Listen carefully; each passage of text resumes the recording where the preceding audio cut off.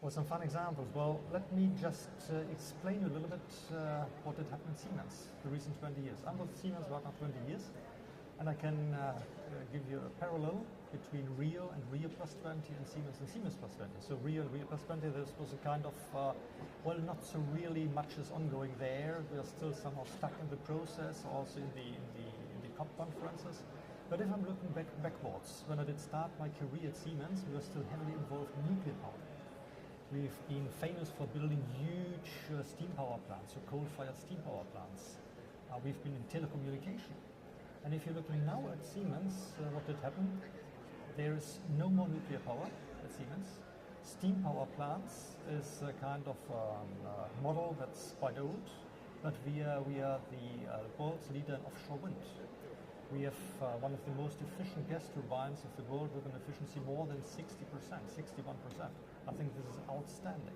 And if I'm just recalling, if I had told my first speech there at Siemens with my former boss, if I told him that we are going to have a windmill that's of the height of the Dome of Cologne, delivering 6 megawatts and standing in the middle of the North Sea offshore operation, extremely reliable, I think he would have looked at me and said, Kersten, dear friend, this was nice talking to you, but you should better become author of science fiction literature, not engineer at Siemens.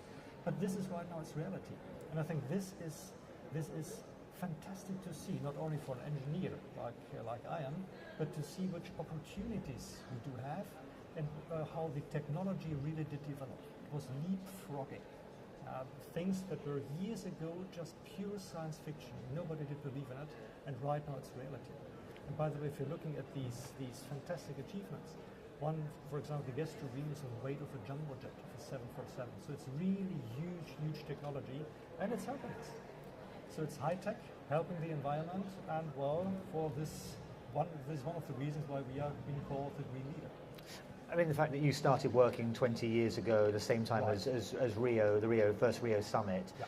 How closely do you keep an eye on what's going on the COPs and the science and the technology that emanates, that comes out of these conferences? Are you working side by side? Are you working independently? Do you keep half an eye on what goes on at the COPs? I mean, how does it work? Well, for us it's quite important to keep an eye on it. So we are present at almost every COP in the recent years at least, since we are really focusing on these initiatives. For us it's very important to spread out good news, to tell the people that climate change or the necessity in saving CO2 or greenhouse gas, reduce it, that it is possible. Yeah, right now, if we are looking into the year 2030, right now the technology is already in place to save 70% of the CO2 abatement there in 2030, and this is still 18 years to go. So right now technology is already there, and if you're asking me, if you're looking 18 years to the front, it will be possible. We are also here not because we are just believing in the big processes here in the big conferences. I think this is sometimes quite humble, maybe sometimes a little frustrating, but we do think that our presence here can also inspire people to see that it is possible, to encourage people. And also I think Siemens might be a role model. For example, if you're looking at our environmental portfolio, 20 years ago it was almost not existing. Right now it's 42% of our revenues. It's more than 33 billion euros per year what we are generating with the environmental portfolio. So energy efficient solution, renewable energy, and clean tech. And I think this is really promising. So if we are talking about green economy, this is maybe tricky, but a sustainable economy with these smart products, with these great solutions, with this high tech that is involved, I think this can also inspire other people. So this is the reason why I mean, very reassuring to hear that, and we've heard other greats, not just Siemens, other industries as well, other companies talking about great advances in the technology and the science. Do you sometimes feel that the science is advancing extremely fast, as I say, very reassuring, but the politics sometimes lags a little bit behind?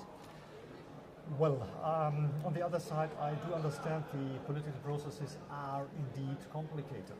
Yeah, if we are targeting for a solution, if we're developing a product, I think we have a pretty neat frame of conditions where we are working in. So there's clear start point here, end point here, deliverables, and we can decide it.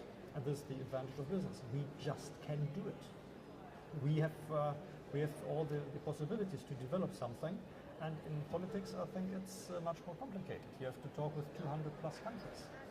So I do understand that the process indeed is very complicated.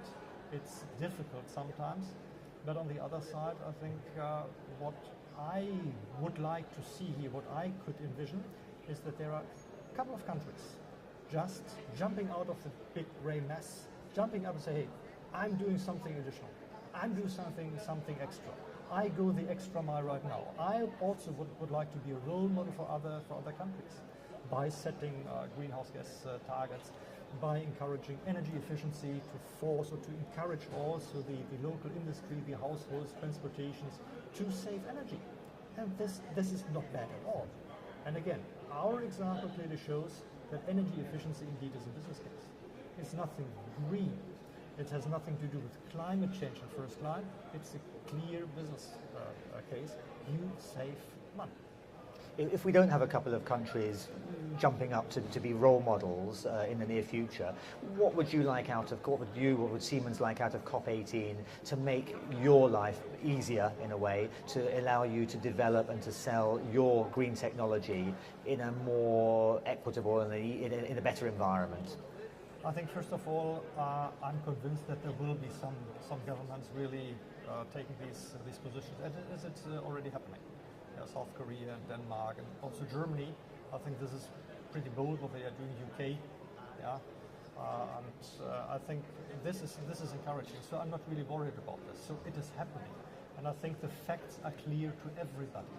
Nobody can deny the facts that we have to do something to save our resources. If you don't believe in climate change, but you have to save our resources. So I'm pretty confident that this is going to happen.